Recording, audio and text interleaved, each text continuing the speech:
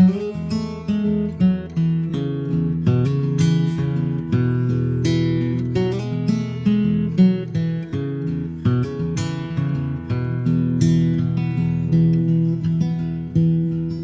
and welcome to Daughterhood, the podcast. I'm your host, Roseanne Corcoran, Daughterhood Circle Leader and former primary caregiver to my mom, who lived with vascular dementia for 12 years.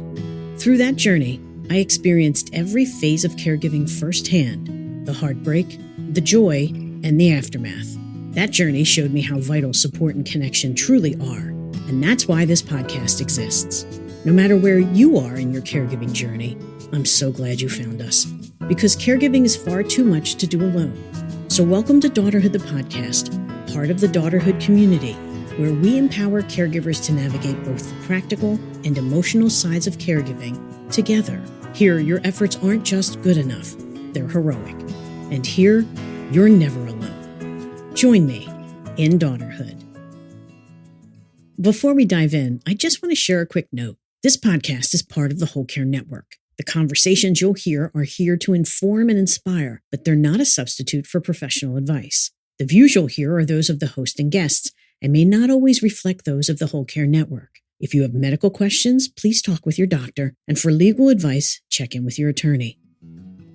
Dr. Shoshana Ungerleider is a board-certified internal medicine physician, science journalist, and passionate advocate for compassionate end-of-life care. She hosts and produces TED Health and the New York Radio award-winning podcast Before We Go, and founded the EndWell Foundation to make end of life a part of life.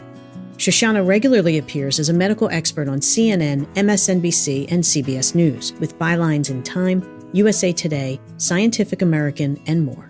She executive produced the Oscar-nominated Netflix film Endgame, funded the Emmy-winning Extremis, and produced Robin's Wish, about the final years of Robin Williams' life. In this episode, we explore how popular culture and healthcare meet, how film, media, and storytelling shape the way we see end-of-life, grief, loss, and caregiving. And we'll hear Shoshana's story of caring for her father through cancer, from documentaries to news headlines, including EndWell's part in consulting on HBO's Emmy-winning drama The Pitt. These cultural moments guide how we talk about death, support those we love, and face our own final chapters. I hope you enjoy our conversation. Pop culture gives us glimpses of caregiving and grief, from celebrity stories to viral clips, but it often misses the real lived experience. Why do you think there's such a gap between how society portrays end-of-life realities and what families actually go through? Yeah. Oh, that's a great question. I think that, I guess I always like to look back at the context, right, of history and look at 100 years ago, for example. Things look very different in most ways, I would say, but in the context of death and dying, people died in their own homes, surrounded by people they knew. Granted, they were much younger when they died because we didn't have modern medicine. Right. But children were used to seeing death occur. We, as a society, certainly knew we expected it, right? Mm-hmm. And saw it as a part of life and had ritual around the dying experience and knew how to talk about it and knew what to do with a dead body, for example. And as time went on and medicine modernized, right? And thank goodness it did. Mm-hmm. We lost our cultural ability to talk about death and dying. Death was hidden away in institutions, right? Kids nowadays very rarely see, their elders in situations where they're sick and at the end of life, unless you're visiting someone in the hospital or your parents want you to go and see, a grandma who's at the end. It's the exception, I would say. And so, how that plays out is that this has become such a taboo topic. And on the healthcare side, because as you know, I'm a doctor, mm-hmm. how that plays out is that people aren't talking about the end of life throughout their lives. They're not forming a relationship with their own mortality. And certainly I have seen, and the data show, that far too many people in and around the end of their lives receive care that they don't want, they don't understand, and certainly doesn't, from my perspective, honor the life that they've lived, because we don't talk about these things again in society, right? But also in healthcare. We see death as a failure, and we do everything we can to try to avoid failure.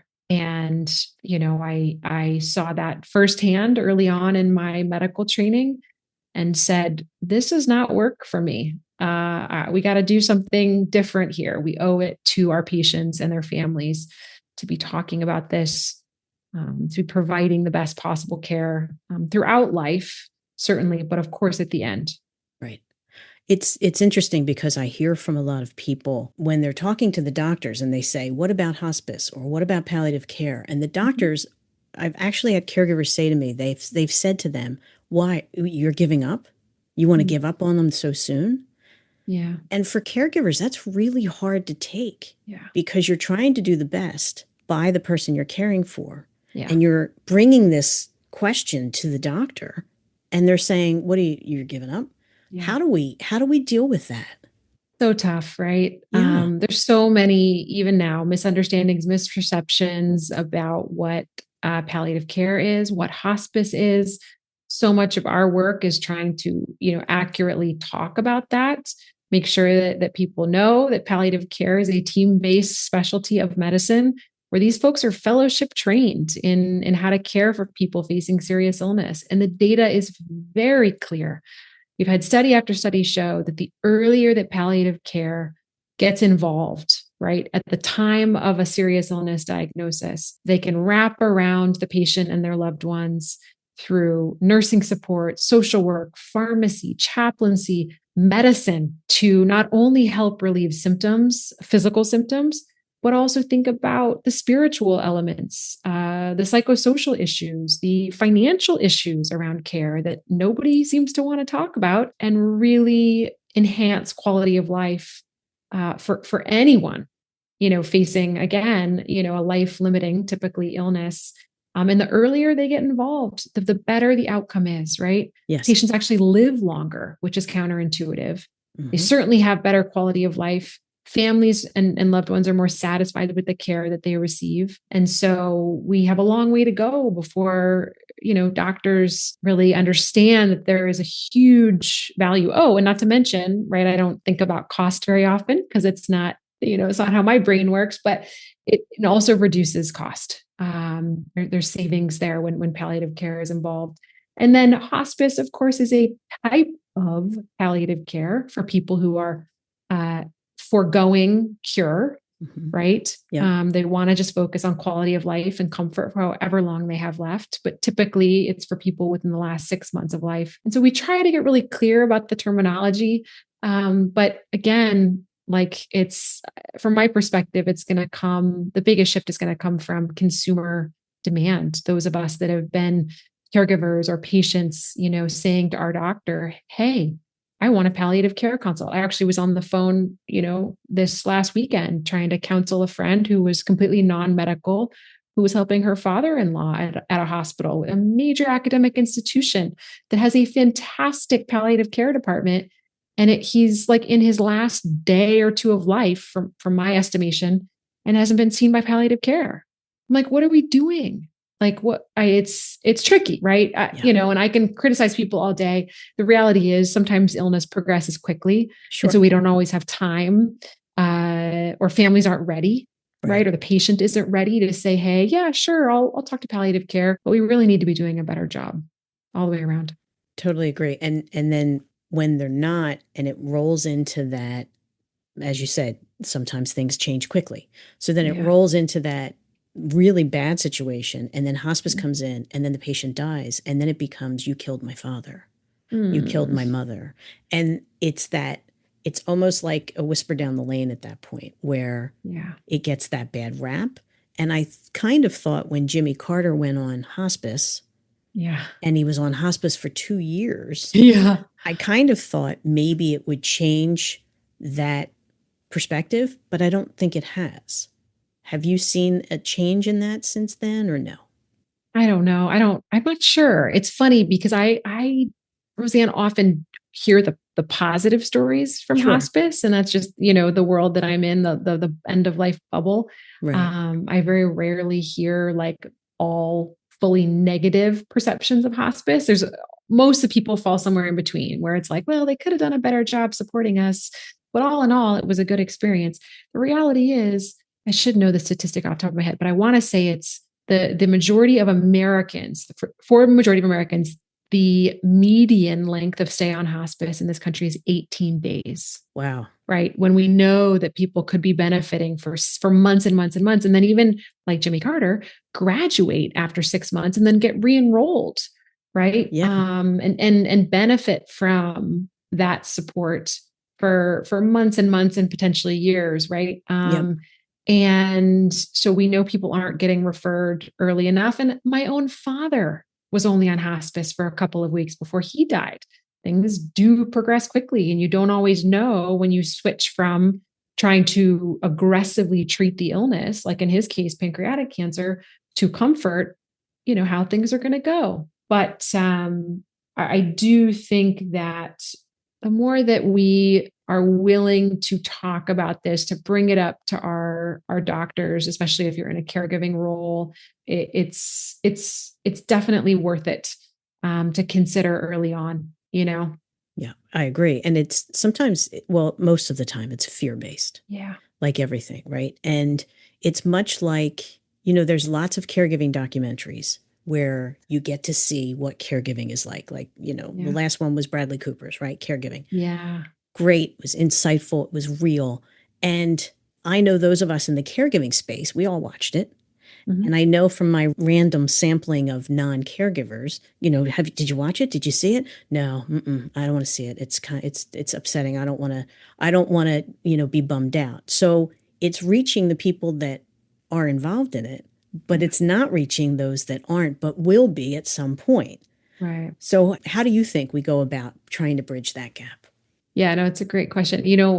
At EndWell, we've always believed that sort of pop culture is one of the most powerful like levers for change when it comes to thinking about how we talk about and plan around and probably experience, right, illness and caregiving and the end of life. And certainly the healthcare system only takes us so far. I think the rest of the story lives in how we kind of make meaning and how we talk about it around the dinner table and how we, again, like see it reflected back to us in the culture that we consume. And so that's why I got interested in documentary film, really by accident. But and then certainly now television in this particular space. So 3 years ago, EndWell started working with the USC School of Journalism, a program at the Norman Lear Center called Hollywood Health and Society. And they've been embedded within the television industry for 20, 25 years, something like that, on any number of topics related to health and science. And we said to them, hey, let's work together on doing research and then talking with showrunners, the writers, the directors of primetime television to get them educated and aware of some of these subjects that people tend to shy away from, whether it be hospice, whether it be caregiving, whether it be grief. And so we did for about a year, looked at a script analysis where we, I think, went back 10 years and looked at almost all of scripted television to see where the keywords like hospice and caregiving and grief came up, in what context, and then evaluated, were they accurate in their depictions? Was it acute traumatic death they were looking at versus like death at home? Who were involved in goals of care conversations in these television shows? What was the ethnicity of the people portrayed? All that sort of stuff. And what we found is that, as you can imagine, it's wildly inaccurate, right? And we're not telling the more nuanced, diverse storylines that really people, the public wants and could benefit from, certainly. So, I've often felt like people of all ages, right, are primed with information about how life works by watching TV. And I can tell you, I've probably thousands of times at this point talked to families in the intensive care unit, in the emergency room, who think that if their loved one's heart stops beating and they get CPR and intubation, they're going to walk out of the hospital the next day, good to go. And the reality is that's a rare occurrence, especially if you're older and more frail and have chronic illness. It's very unlikely that you will even potentially survive that hospitalization if that happens to you. Right. And so, but where did they get that? Well, on Grey's Anatomy. Not to throw my friends at Grey's Anatomy under the bus. I love them, but they are doing us all a disservice by not being accurate about that portrayal. So all that to say, we spent a good few years kind of educating the folks that make television about some of these issues. And we were lucky enough that shows like The Pitt, which is on HBO Max, fantastic show about life in the emergency department, the most accurate healthcare show I've ever seen. And I would tell you anecdotally, everyone I know who works in healthcare loves it because it's real, and got to, almost every single episode of their season, they had something about end of life. And we got to, help sort of influence how that was done. And I don't even remember what your initial question was, but I'm hopefully answering it. Absolutely. Absolutely. And it's so funny. Well, because you started EndWell in 2017. Yeah. And I love how you say dying isn't a medical issue. It's a human issue. And it really does get lost in the shuffle. And it's interesting that you say it's so real, because I tried watching The Pitt and I was like, I'm out, because it was so real. I wasn't in the space to watch it yet. Yeah. I'm going to go back. Yeah. But it's wonderful to me because we need that for the exact reasons that you say. And, hospice pioneer Barbara Carnes, she always says, people don't die like they do in the movies. Yeah. And the closest thing I've ever seen for real representation was your friend Tembi Locke, her From Scratch, that's on Netflix. It went through the whole portrayal of life together, a diagnosis, caregiving, even the palliative care piece. Yeah. And the frustration of being a caregiver and trying to get answers, death, grief, all of that. So I think there's ways to do it, but I think in those instances, for those that can't do the hard hitting, we're in the ER, right? People are coming in on gurneys. There has to be some sort of a bridge, if you will. Yeah. Or it's just one more minor storyline, in a much bigger narrative. The healthcare shows sometimes can be intense for people that aren't used to that stuff, or have just recently gone through something traumatic. The last thing you want to do is put yourself through that again. I get that. I had a hard time watching it, to tell you the truth. Okay. So I was like, I've lived this for my whole career. Like, I don't need to watch this. But some of the more kind of either, romantic comedies or more narrative, long form shows like From Scratch. She did such a phenomenal job. And I know Tembi well, and I know she's a huge advocate for caregiving and for hospice. And so had such a hand in the production and all of it. It was very important to her to get that right, which I think is fantastic. Mm-hmm.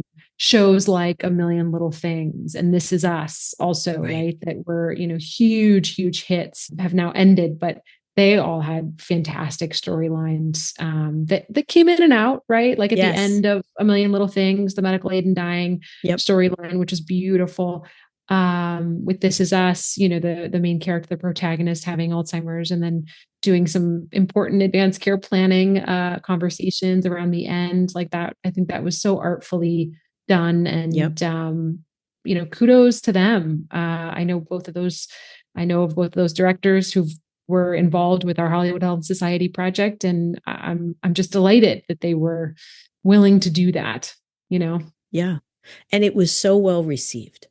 Yeah, it was, because of the story, and all of a sudden everybody was talking about it, and you get those flashes of maybe this is the break. Right. Maybe this will turn the tide. Yeah. Do it's like when they do game shows and then everybody wants to make a game show. It's like maybe somebody will want to continue this process of real life storytelling. Mm-hmm. Is there a way you can share that information that you found when you went through all those shows? Oh, yeah, we your did. We report. wrote a white paper about it. Did you? Clearly, we've not done a good job getting it out there. Okay. Yeah, no, it was a couple of years back, and we sort of shared it at our conference. We put it out. A couple articles came out about it, but continuing to talk about this, and we just finished some more research looking forward at A Million Little Things, and then the General Art of Swedish Death Cleaning, which was a reality show on Bravo, and looking at how that shifted perceptions.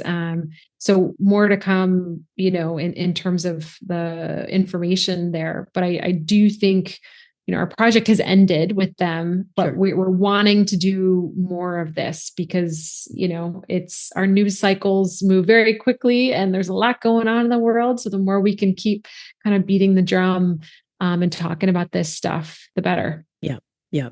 Well, and that's, we see these clips on social media of, Stephen Colbert saying the worst thing that ever happened to him was a gift. And Andrew Garfield talking about the grief over his mom. Yeah. I mean, everybody felt that, right? Grief is and grief is the price we pay for love is now like a mainstream phrase. But it seems like people still want grief to be in this little linear package, which we know it's not. Do you think these viral moments create a lasting cultural shift, or do you think they come and go so quickly that they can't? I don't know. I think we'll only be able to look back in hindsight and know whether or not some of these made a difference. One show that I'm obsessed with is Anderson Cooper's podcast, All There Is. Me too. I was just completely blown away by him, his vulnerability, because he's such a different person on the news than he is in this podcast. And he's giving so much of himself in his own story in it, especially season 1. His conversation with BJ Miller just like totally blew my mind. I think that came out in 2022. But, I think the more that we see these cultural icons willing to share their own journeys with the world, that normalizes these conversations. And the hope is that the kids that grow up around that, with parents who are listening to it, who are talking about it at the dinner table, who are then talking about it at Thanksgiving, with their extended family and their communities. I mean, that's how I believe that we shift the cultural willingness around this stuff. But I'm not a researcher myself day in and day out. So I suspect there's somebody out there looking at this from a data perspective or a scientific perspective. I just don't know. I'm not even sure what metrics you would look at to be able to evaluate that. But culture change is really hard. I mean, we know that at EndWell because we're constantly being asked, well, how do you know if you're making a difference? I'm like, well, I don't know. Like we reach millions and millions of people every day with our content. The thought is that people are consuming and they keep coming back for more, and we sell out our conferences, but we certainly need more people, involved as part of this movement. So it's been an interesting journey, I will say. I would think it would be. And, what inspired you? What made you say, I'm going to start this foundation? I'm going to start this nonprofit and I'm going to try to change the way we talk about this. What? Yeah. Because it's not like, okay, I'm just going to start this thing. Like, how did you come to that? And what was that like for you? Well, I started residency. So after medical school, thinking I wanted to be a cardiologist because I'm fascinated by pathophysiology, the study of disease. I just think, in general, it's really interesting. And cardiology is one area in which it was just really cool. And I think my second month of internal medicine is my intern year. I was in the ICU taking care of really sick people. I had no idea what I was doing. It was so scary for me because I was like a baby doctor. Yeah. And then, a few weeks in, I'm like, okay, so who came in overnight, showing up in the morning around at 5 a.m. And it was 10 people in their 80s who had maybe widely metastatic cancer or end stage kidney failure or severe diabetes and coming in essentially in a coma. And I'm like, oh, okay. So these people are intubated here. Why did we do this? Like, what were the conversations that took place? What led this person to end up in the ICU last night or this morning, whatever it was, and I realized that there weren't conversations that were taking place in the hospital before the person got to the hospital, throughout their journey with their doctors who've known them for many, many years about, how they'd want to be cared for if they were to become, sick. And so that was very obvious to me. And then there was this mismatch of expectations, right? I think patients and families were like, oh, well, so mom's going to get better and go home again, right? Right. And the answer was often like, no, like, we don't even know if she's going to survive till tomorrow. How is that getting lost in translation here? And it's because we don't take the time really to be talking about that stuff. And then further ask the question of like, well, so you're here in the ICU getting very aggressive invasive treatment, which, by the way, by default, that's what you will get in this country if you show up to a hospital, unless you opt out of that or have someone speaking on your behalf, that's not what you want. I think people don't realize that. And especially if you're older, it's really important to be thinking about that and talking about it, right? And so I was seeing that again, like we weren't talking about this stuff. People were getting care that really they didn't understand or want, right? I said that in the very, very beginning, but it was shocking to me. And I would often bring that up to my attending on rounds. Like, well, so you just told me, that this person is very, very ill with a poor prognosis. Have we talked to the patient about that? Maybe we think about something else here. If more and more treatment, because we can always offer more. That's the issue with, medicine today. Again, it's wonderful if you can get better, right? But for some people that may not be what they want. And there's trade-offs to more and more treatment. And if your time is short, you may not want to be spending it in the ICU surrounded by strangers. So finished residency, continue to be really interested in how do we make sure that all doctors, not just the palliative care doctors, but all of us are trained in how to have difficult conversations with patients, to break bad news and talk about goals of care. Turns out 70% of physicians are not trained in how to do that. So that's a huge miss. And the incentives are just not aligned for that to happen often enough. And certainly for us to teach it. And then, more broadly, as we've been talking about, what is the societal shift that needs to happen? Because I went to all these conferences when I had more time after residency and was trying to learn about, well, who are the players in the world of hospice and palliative care and policy around all this? And it was all phenomenal people who'd been doing this work for 20, 30, 40 years and have made huge strides in sort of making palliative medicine a field and all of this. We were doing so much preaching to the choir about like how we need to shift the cultural conversation around end of life and serious illness care. And I'm like, okay, well, you don't do that by talking to each other all day long. Right. And so being in the Bay Area, San Francisco, there's interesting tech industry, lots of entrepreneurs, lots of funders, VCs, philanthropists, designers, a lot of health tech going on. And I was seeing these cool conferences pop up that were really interdisciplinary, interprofessional convenings. And so I said, well, what if we put on a conference about end of life that is, where we have designers speak and artists and patients and folks from the media and policy experts, and of course, doctors and nurses and social workers, but it's not going to be a physician or healthcare centric conversation. And so that was the first EndWell. I called a bunch of friends who were willing to speak. They all said yes, which I was shocked about. And we sold out like 3 months in advance and had hundreds of people on a wait list to come to this random conference about end of life that no one had ever heard of before. And so we did it again the next year and doubled in size and sold out again and had celebrities come and speak. Because getting back to this conversation about culture change, when we see people that we look up to, that we've seen on TV or in film talk about hard stuff, it makes it maybe a little easier for us to be able to do that ourselves, to normalize those conversations. And so from there, we've started putting our content on social media and reached, tens of millions of people. And that's when I thought, well, there's something here. I'm giving you a very long answer to how EndWell started. Okay. But that's sort of, and in the midst there, I, got involved in a couple of documentary film projects, which kind of showed me the power of media and narrative storytelling and further kind of enriched that conversation about, shining light in some of these dark places that we only experience at certain times in our lives, but are so important to be thinking about and talking about throughout our lives. Absolutely. And it's so hard. Like you said, over 70% of the doctors aren't trained in it. They don't Yeah. want to deal with those emotions and those questions.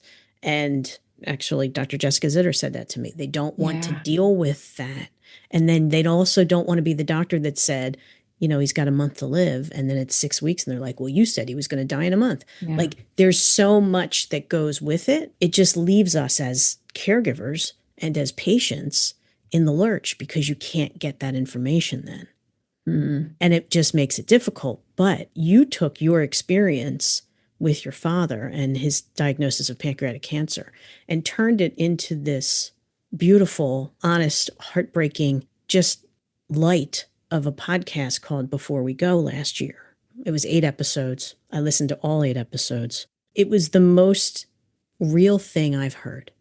And you went from caregiving through, I don't want to give it all away because I want people to listen to it, from caregiving through twists and turns of things to end of life. And one of the things of the many things that came out was when you had moved, you wanted to move to be closer to your dad.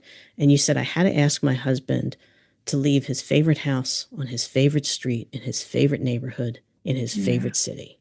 Yeah. And as a caregiver looking at that, we don't provide care in a vacuum.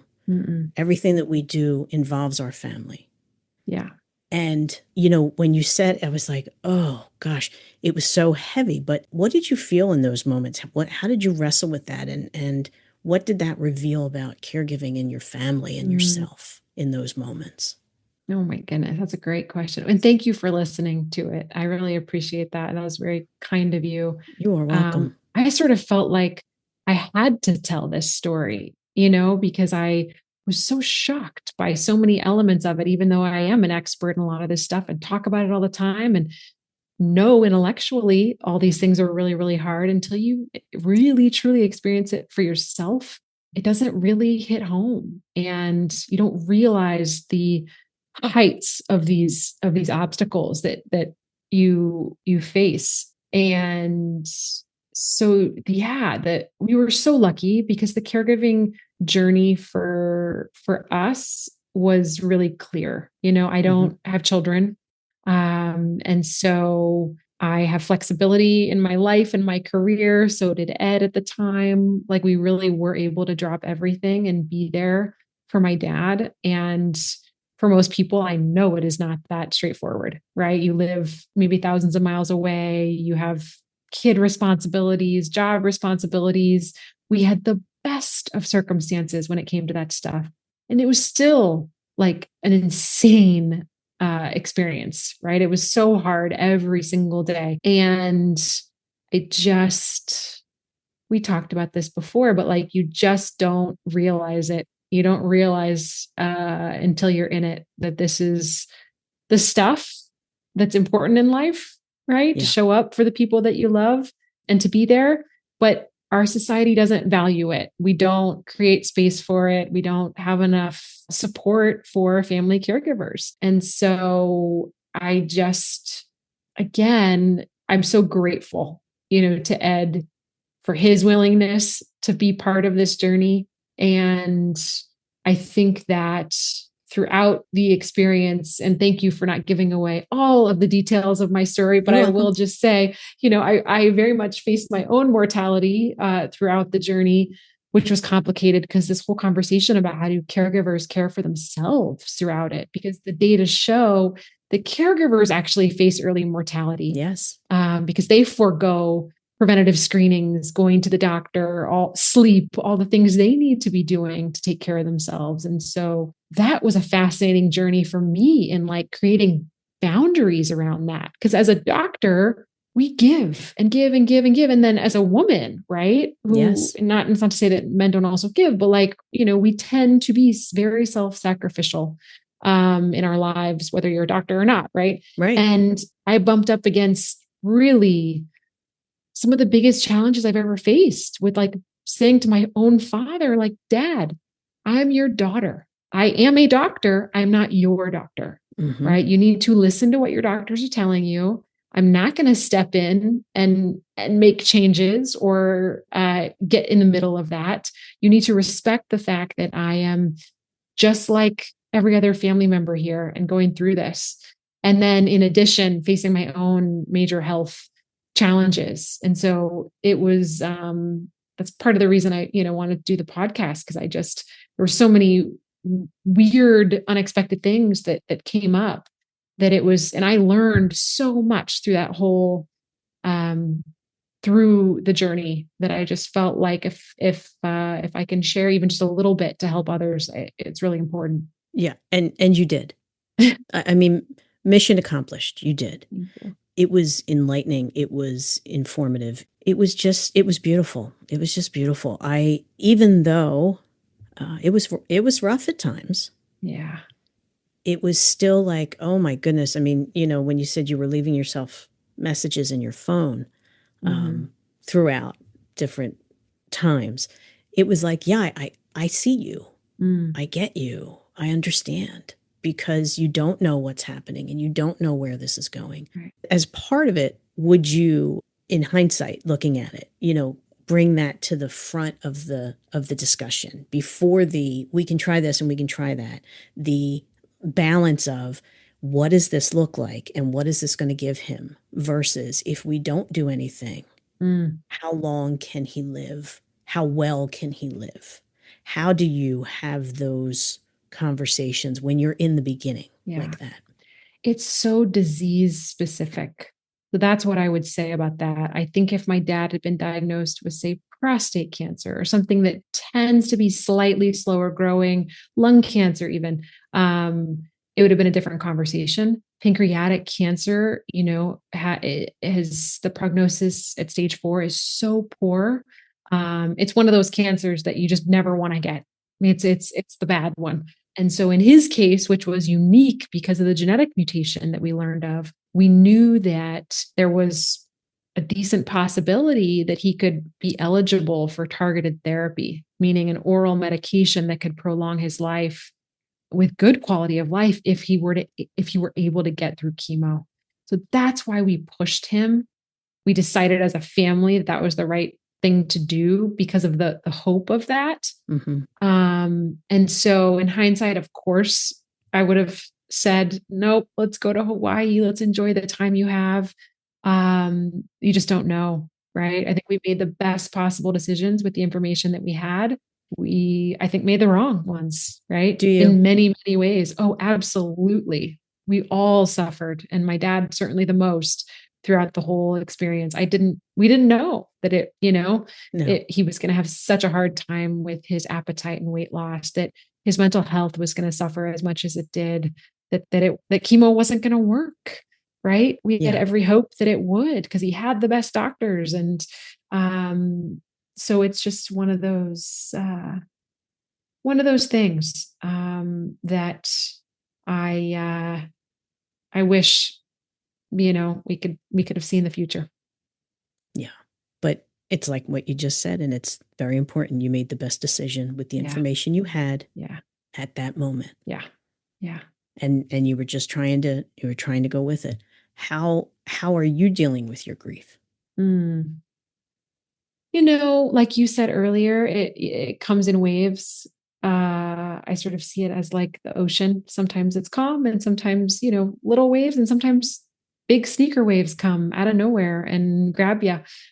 I think because I was able to be there with him throughout the entire journey, basically, I did know, what was coming, right? I didn't know when the end would be, but I have seen this illness, in my professional life so many times. I did have a sense of where this would go. And so that wasn't surprising to me. And I feel like I got to walk beside him throughout it all, and metabolize some of my grief over time. I think I was struck by so much anticipatory grief, like, so leading up to it all, I felt so much, pain and sadness. Cause again, like I did have a sense of what was going to go on, that it made the grief after he was gone easier in some ways for me. I don't know Yeah. that that would be the case for anyone else, but that's just how it happened for me. And honestly, I just felt so much relief, once he had died, because it truly was a horrible experience for him. And watching him suffer in that way, because he had been so healthy his whole life. And this just essentially came out of nowhere for him. So, and moved quickly. So yeah, it's been now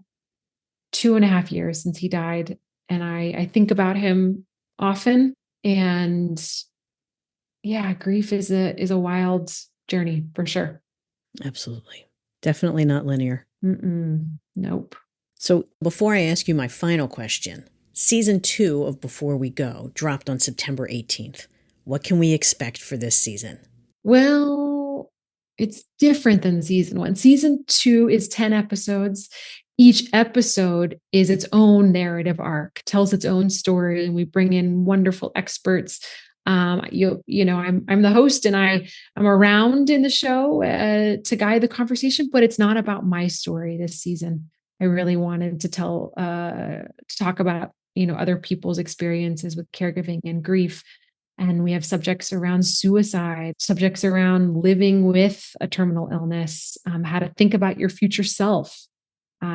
We have an episode on psychic mediums, of all things. So we kind of span, toxic costs of healthcare, many, many subjects. And we have some celebrities on, and well-known experts, and then less well-known everyday folks who are sharing their experiences. So I'm a little nervous because it is a very different format from season 1. So I hope that, that the wonderful community we've built around the first season will stick around with us.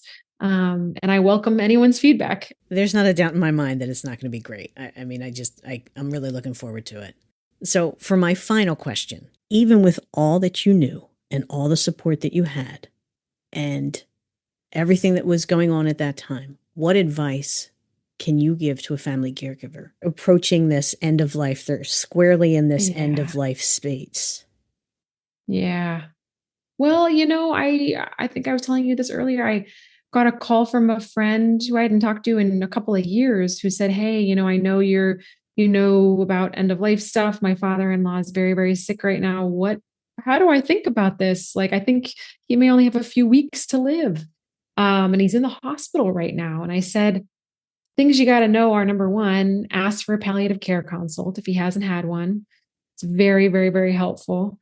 If nothing else, just to have a thorough family conversation about what the future may hold and what's possible. And certainly getting your head around prognosis is helpful just for planning purposes.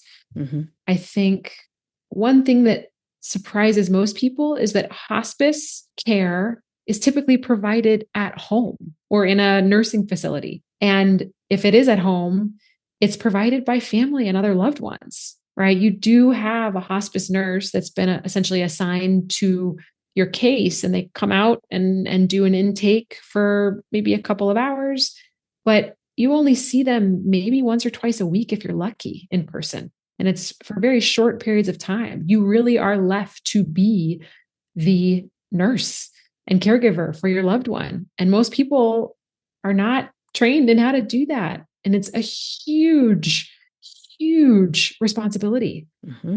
Administering the medications alone is somewhat challenging if you don't know what signs to look for. And it's, your loved one is having a hard time. I had a hard time doing it, and I'm a doctor. I had to call my friend who's a hospice nurse in the middle of the night to be like, here's what his breathing sounds like. What do I do? Like, I was even confused with it all because it's not what I do day in and day out professionally. So like, if I'm having a hard time, my goodness, like I can't even imagine what the average family member out there or friend has to do. And so I think having realistic expectations about what's possible there is huge. I mean, I guess there's a million other things I could say. I, in my experience, was the one who gave my dad his final dose of medicine before he died. And I've only since learned that a lot of people feel very guilty about that. They think that somehow they've killed their loved one. Yes. And I even felt like that. So like, it's a very human thing, and we got to give ourselves grace about the fact that by definition, hospice is about comfort and quality of life. So any medication that you're giving your loved one is to make them feel better, be more comfortable, and they're dying.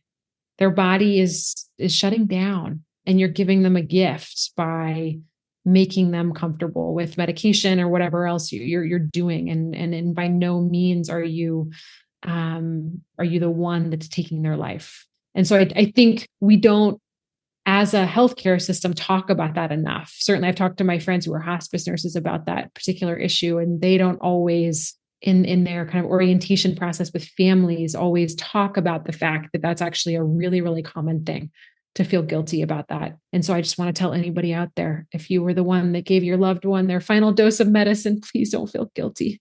It really is such a beautiful thing to be able to offer a family member or loved one at the end of their life, even though it's really hard.